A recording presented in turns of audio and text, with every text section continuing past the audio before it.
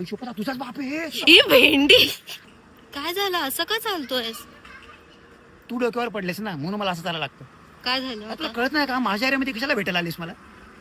का काय आहे इथे? काय इकडे म्हणजे लोक ओळखतात मला इकडे. ठीक आहे ना मग. शपथ थांब थांब थांब थांब. काय झालं? ते रिक्षावाले काका ओळखतात मला. हा मग बोलू का त्यांना? पागल का? थांब ना जरा. अरे गेले का गेले? गेले. चल अरे काय तू पण यार. काय तू पण म्हणजे त्यांची पोरं मला दादा दादा बोलतात. आता त्यांनी मला असं बघितलं घरी जाऊन काय सांगतील, अरे दादाच पोरींसोबत फिरतोय, कसं वाटेल ते?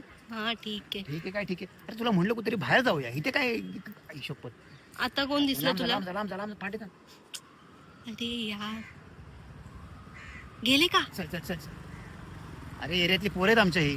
पोरच होती ना. पोरच होती म्हणजे अरे पूर्ण चाळीमध्ये उठवतील काय? दादा पोरीसोबत फिरत होता म्हणून. अच्छा. आणि फक्त फिरत नव्हता, असं चाललेलं सगळं सांगतील. हा. अरे अरे ठीक काय आहे रे? चल जाऊ म्हणून आपण बोललो. कुठेतरी. कुठेतरी ना म्हणून तुला बोल आधी फिक्स करत जा. मरीन लाईनला तरी गेलो असतो, दादरला गेलो असतो. आयुष्य आता कोण आहे?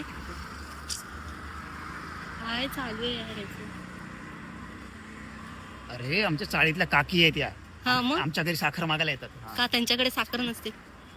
ते पण फालतूगिरी करू नको, समजलं ना? ठीक आहे चल. साखर नसते त्यांना समजलं ना, सरळ जाऊन आईला सांगतील आणि आई माझ्या थोबाड फोडेल मग. अरे पण तू पोरगा आहेस ना एवढं काय घाबरतोय? काय म्हणजे आम्हाला काही इज्जत नसते का? तुम्हालाच असते का? आयुष्य लांब पड लांब पड लांब पड. काय झालं?